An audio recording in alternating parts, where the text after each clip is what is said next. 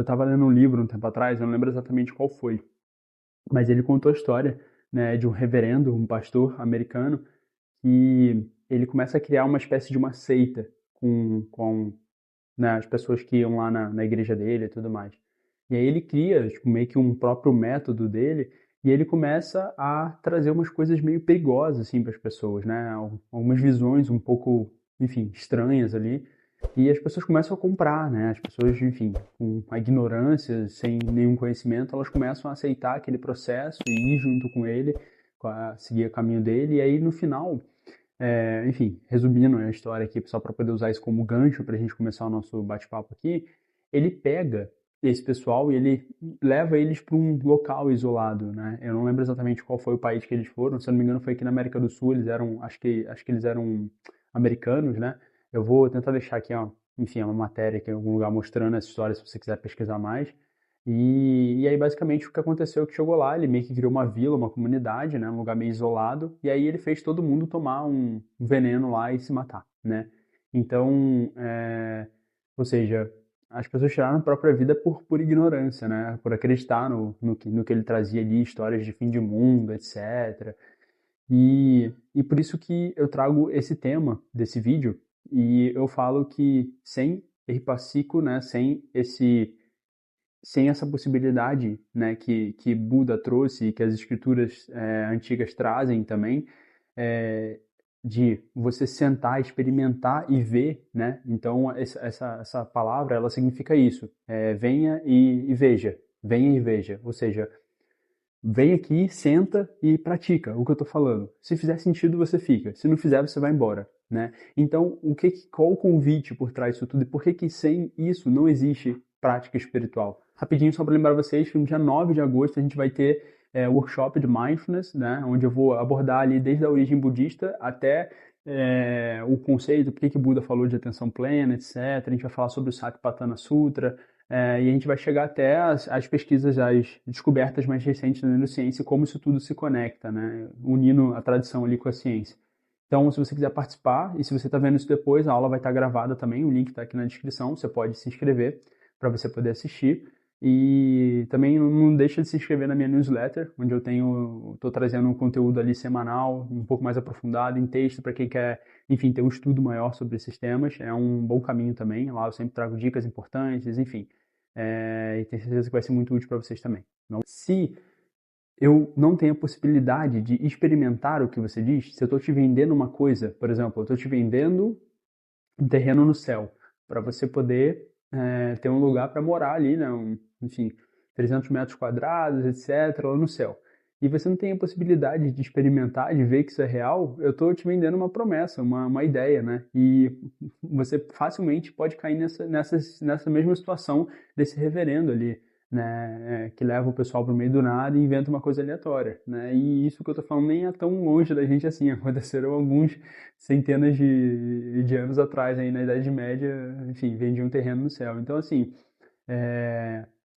esse ponto de você poder experimentar é o que torna o verdadeiro processo espiritual, né? Eu posso virar para você e falar, por exemplo, na visão cristã, que se você seguir esse processo, você vai ter ali uma experiência com Cristo, né? Você vai estar como os cristãos, o pessoal que vai, por exemplo, dentro da Igreja Católica e tudo mais, eles chamam de graça, né? Você está em estado de graça. Eu falo, olha, se você seguir esse processo, você vai ficar em estado de graça. Aí você vai, segue ele e entra em estado de graça, sente aquela, né, aquela coisa ali.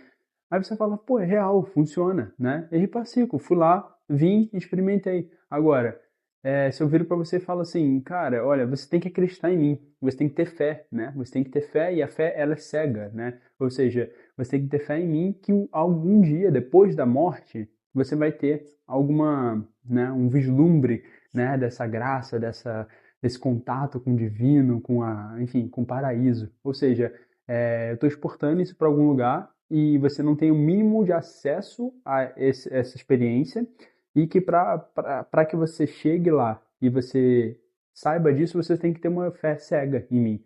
E esse é um grande perigo, né? Como eu comecei contando essa história, existem diversas outras histórias dentro do yoga mesmo, né? Dentro da própria prática do yoga, pessoas que acreditam cegamente em gurus que fazem atrocidades, né? Então, assim, Isso, esse convite do Buda, né? Quando ele fez essa tentativa de você não simplesmente acreditar no que eu falo, né? Eu trago aqui no meu canal ideias sobre respiração, sobre meditação, sobre yoga, autoconhecimento, porque é o que eu vivo. E eu trago isso para meus alunos aqui também. Então, eu trago isso, mas eu não trago na ideia de que vocês possam ou devam seguir isso tudo de olhos fechados, né? Como, por exemplo, eu fiz agora um guia completo sobre respiração funcional, o básico que todo mundo precisa saber para poder aprender a respirar direito, poder usar a respiração para diminuir a ansiedade, para poder viver melhor, de saúde física e mental. Mas isso não significa que eu espero que vocês acreditem e que vocês saiam por aí falando sobre isso sem você ter experimentado, né? Então é como se, por exemplo, eu recebo muita mensagem de pessoas que elas querem ser professoras de yoga, né? E aí lá no Instagram, normalmente, a pessoa entra em contato comigo e ela fala assim, me indica aí você tem formação? Ou me indica uma formação aí. Aí eu vou e falo assim, você já pratica yoga? A pessoa, não. Aí eu falo, mas como assim? Outro dia bateu uma pessoa aqui na porta aqui do estúdio, a pessoa veio e bateu, aí eu atendi ela e tudo mais. Aí ela falou assim, você tem formação de yoga? Eu falei, não. Ela falou, tá, eu tô querendo fazer e tal, aqui na região não tô encontrando. Aí eu fiz essa mesma pergunta, você já pratica yoga? Você já conhece yoga? Não, nunca pratiquei na minha vida. Ou seja, a pessoa, ela quer ser um profissional daquela área, né? Ela quer... E a gente tem muito essa cabeça aqui no Ocidente, né? Por isso que essa ideia central aqui desse vídeo, ela é muito importante.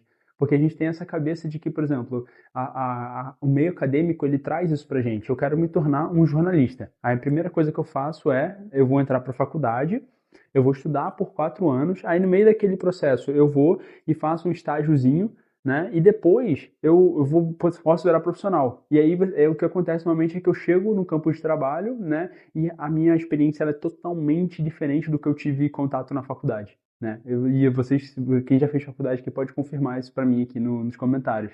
É, Quando você vai para o campo de trabalho, parece que você está vivendo uma outra coisa, não tem nada a ver com o que você se formou ali, né? Você vai usar uma coisinha ou outra, assim, você fica se perguntando, cara, por que eu passei por aquilo tudo, né? E, na verdade, a experiência mais profunda, direta com a nossa profissão, a gente vai acontecendo no campo de trabalho. Então, as práticas de autoconhecimento, elas exigem um processo contrário. Para eu ensinar, eu tenho que ter vivido primeiro. Então, para que eu vá aprender, por exemplo, é, não faz muito sentido, por exemplo, você chegar e sozinho pegar um texto, né, um Yoga Sutra. Aí você começa a ler lá o texto do Yoga Sutra, li tudo aqui, não sei o que, pô, legal. Agora eu vou passar para vocês aqui o Yoga Sutra, né? Eu vou chegar aqui e vou começar a cantar o Yoga Sutra. Hatha Yoga Anushasana, tô lá lendo o Yoga Sutra. Aí chega ali e começa a falar sobre algum estado da mente, né? Logo no começo, o Patanjali, ali no Yoga Sutra, o mestre Patanjali, ele já começa a tratar o que é o yoga, né? Começa a definir, então ele começa a falar sobre os níveis da mente, né? As qualidades, os movimentos da mente, então os humores, e aí ele vai falando sobre Chitta, por exemplo, e aí eu vou chegar para vocês e vou falar sobre Chitta, mas eu nunca tive um contato, Chitta, né? Que a gente traduz de diversas maneiras, mas é como se fosse a mente do despertar, né? A mente da lucidez, enfim, a mente, coração que só sente. Aí eu vou falar sobre essa mente a vocês, mas eu nunca experimentei ela. Então o que eu vou falar para vocês são palavras, né? E que dificilmente eu vou conseguir acessar vocês de uma maneira realmente profunda. Eu vou conseguir trazer exemplos, eu vou conseguir entregar essa experiência a partir de mim para vocês, se eu nunca tivesse tido Eipasiko, se eu não tivesse ido lá, sentado e experimentado aquilo. Então, o que o yoga propõe, na verdade, é isso, né? O que Buda também estava tentando construir a partir dessa ideia é isso, né? A prática espiritual, ela é montada através da experiência. Então, você senta, experimenta, caramba, tive uma experiência louca, incrível, maravilhosa. Meu Deus, eu não consigo descrever. É uma coisa tão profunda que, meu Deus, isso me tocou, né? Eu lembro uma meditação uma vez que eu fiz que foi engraçado, porque eu fiz a minha meditação e eu tive uma experiência ali na meditação. Eu fiquei com essa experiência dentro de mim, no meu corpo, na minha mente, por uns 3 dias. Eu fiquei uns 3 dias naquele estado de êxtase, assim. E eu não conseguia falar direito, eu não conseguia dar aula direito, né? Eu não conseguia, enfim, em casa, com a minha esposa, eu ficava meio que, tipo, parecia que eu tava meio que... era uma coisa... Eu conseguia trabalhar, obviamente. Não tô querendo dizer que isso me impossibilitou de viver o mundo, até porque não faria sentido, né? eu entrar em um estado muito profundo desse e aí eu não poder ter uma relação com o mundo. Aí o estado me tiraria do mundo. A questão é que eu estava em tanto êxtase e eu não sabia lidar com aquilo direito, no sentido de que é, é, é uma coisa não tão usual assim pra gente viver nesse estado, que eu estava meio que aprendendo a lidar com aquilo. E aí quando eu fazia as coisas ali, né, quando eu lidava com as pessoas em casa, com meu filho, com a minha esposa, aqui no trabalho, eu ficava tipo, cara, que loucura, tipo, era como se o acesso fosse tão profundo ali com a minha experiência que eu sentia que eu tava repassando aquilo na forma de ensinar, na forma de eu falar com as pessoas, na forma de eu ajudar meu filho a fazer o dever de casa. Então, isso veio a partir dessa experiência, dessa minha possibilidade de ter vivido isso, de ter sentado e ter feito, experimentado. Então, assim, a partir desse local de Eripassi, de você sentar e ver, faz sentido. Agora faz sentido para mim. Eu sentei, eu tive essa experiência, eu posso falar, ah, tá, então isso aqui realmente vou continuar por aqui, né? Ou então eu fui, vi, posso ter sentado e falado, cara, não mudou, não fez sentido para mim, não me conectei, não é esse meu caminho e tá tudo bem também, né? Se isso acontecer, você tem a possibilidade agora de descartar, né? Então eu fui no local, tive uma experiência lá, né? Isso acontece muito aqui. As pessoas chegam e falam: Ah, Gabriel, eu fui no centro de Umbanda, eu fui no centro espírita, eu fui na igreja católica, enfim, fui em um monte de lugar, fui num centro budista ali e tudo mais, e nada. Então eu falei, cara, você frequentou, teve a experiência, se aprofundou ali um pouquinho, viu que não é para você, então tem um caminho, tem outros caminhos, procura, né? Continua experimentando, então continua nesse local. Mas o que a gente não pode fazer dentro da prática espiritual, de forma alguma, é simplesmente aceitar o que jogam pra gente, né? Porque é, o primeiro que a gente pode cair nesses locais, né? Nesses locais dessas pessoas é, que são, enfim, não tão bem, né, da cabeça. Inclusive, esse é um tema que eu vou trazer em um outro vídeo aqui do canal, que eu tenho pesquisado bastante sobre essa questão do foco e tudo mais, e que ele é muito importante para a gente aqui na meditação, na respiração, na própria prática, enfim, dos asanas também no yoga, mas esse tema ele é muito importante, e aí a gente vai olhando, conforme a gente vai tentando identificar a causa desses problemas e tudo mais, a gente vai percebendo que as pessoas que estão liderando tudo, que estão organizando a nossa sociedade, elas mesmas não são pessoas que estão bem, né? Você vê, por exemplo, o Elon Musk, né? O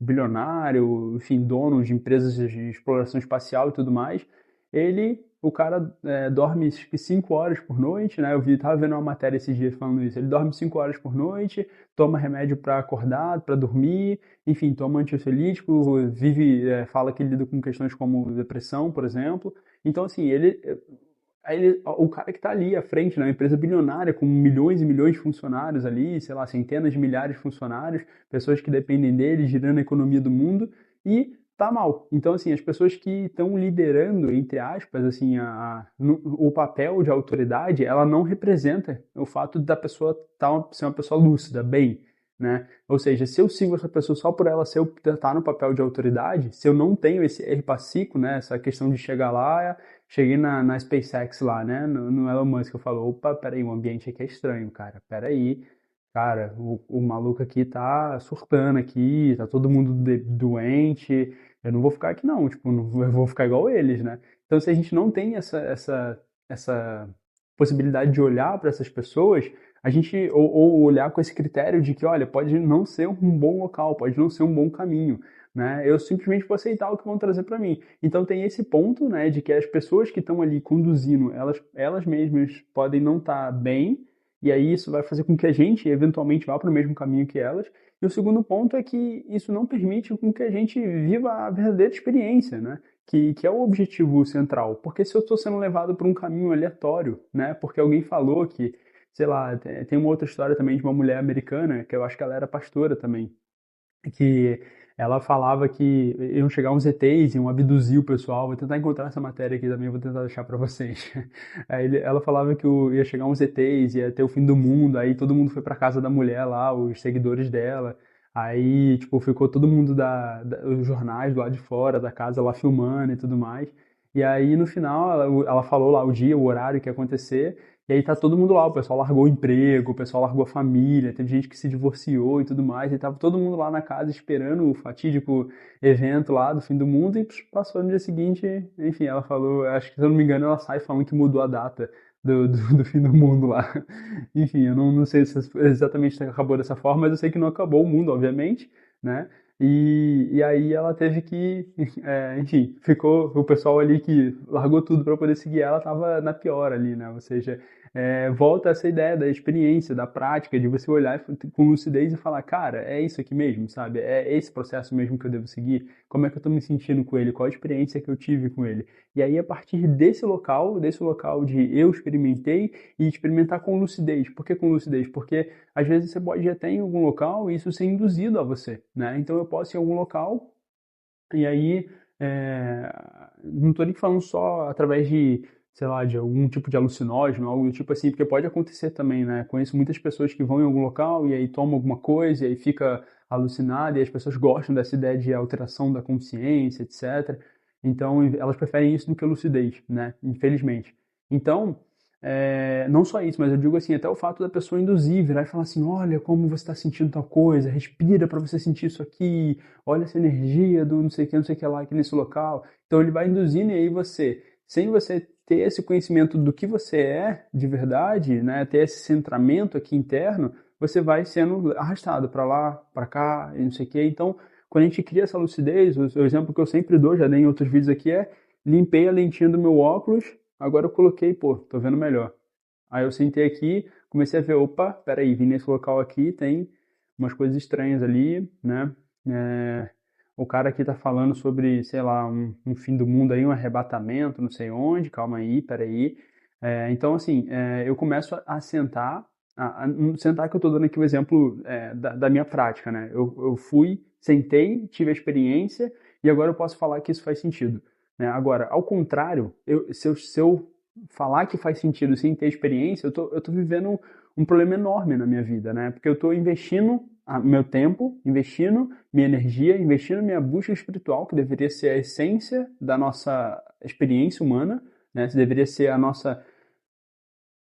o nosso principal objetivo aqui, né, como ser humano, né, essa busca, essa conexão profunda com essa via espiritual, eu estou investindo isso em uma coisa que eu não tenho nem certeza, que eu não tive experiência, que eu não sei de onde vem, né? Então eu estou lendo um exemplo, né, tinha um colega meu que ele gostava muito da escolástica, né, da São Tomás de Aquino, Santo Agostinho, católico ele, e aí eu falava isso, eu comentava muito isso com ele, eu falava, cara, existem outros, né, outros intelectuais da igreja que eles falavam exatamente sobre essa ideia de você ter o contato diretos, uma experiência direta com Deus, com Cristo, né? Sem barreiras, sem esse negócio de que você precisa passar por isso, aquilo. Sendo você ter, de novo, o exemplo que eu tenho, sentar e você ter essa experiência direta. E aí você vira e fala assim, cara, isso faz tanto sentido, a experiência foi tão profunda, tão real, que agora eu vou sentar e eu vou ler a escolástica. Agora eu vou sentar e vou estudar isso tudo aqui. Porque eu tive a experiência, né? Eu tive a profundidade. Isso é uma coisa que não tem valor, né? Não tem como a gente mensurar isso, porque é a experiência da realidade que ninguém vai poder tirar de mim. Então, eu tenho toda essa experiência que eu tive, ela me deu uma estabilidade no sentido de que se alguém vira para mim e fala assim, cara, isso tudo é loucura e não sei o que lá, e o caminho é esse, eu vou falar assim, cara, que bom que é o caminho para você, que bom que deu certo, mas olha, a minha experiência, ela me mostra, o mergulho que eu tive, ela me mostra que é esse processo aqui que faz sentido para mim. Então, eu tenho essa estabilidade, né, através da experiência para poder dizer que aquilo é o processo, né? Então, isso que eu passei para vocês aqui hoje é Eripasico, é um conceito muito importante dentro do budismo e eu espero que seja útil para vocês aqui terem essa ideia em mente, né, ter esse processo como uma forma de norte, né, de nortear a prática de vocês espiritual, né, nortear e entender que sem isso não tem espiritualidade, sem isso vou usar até um termo chulo, é cagação de regra, né, a pessoa virando falando que tem que ser isso, desse jeito, e normas e condutas, e cadê a experiência, né, e eu tô aqui nesse local para quê? Se não tem essa minha experiência direta com Cristo, com Krishna, com Shiva, com a mente búdica, com seja lá o que for. Por que eu não tenho essa experiência direta, mas eu tenho que me vestir dessa forma, eu tenho que fazer isso, eu tenho que andar por ali, eu tenho que fazer não sei o que lá, e aí tem um monte de regra, um monte de caminho, um monte de não sei o que lá, e no final, cadê a verdadeira espiritualidade nisso tudo, né? E é isso, gente, espero que vocês tenham gostado desse vídeo, não deixa de se inscrever aqui no canal, é muito importante, né, levar esse conteúdo para mais pessoas. Quando você deixa o like, quando você se inscreve, mais pessoas vão ver esse tipo de conteúdo, mais pessoas vão conhecer, né, ter acesso a esse tipo de coisas de lucidez, né, autoconhecimento e meditação, respiração. Então vai ser muito útil não só para mim, para me ajudar no meu trabalho, mas para alcançar outras pessoas que podem também se beneficiar dessa lucidez toda. Tá bom, gente? Um abraço e a gente se vê no próximo. Tchau, tchau.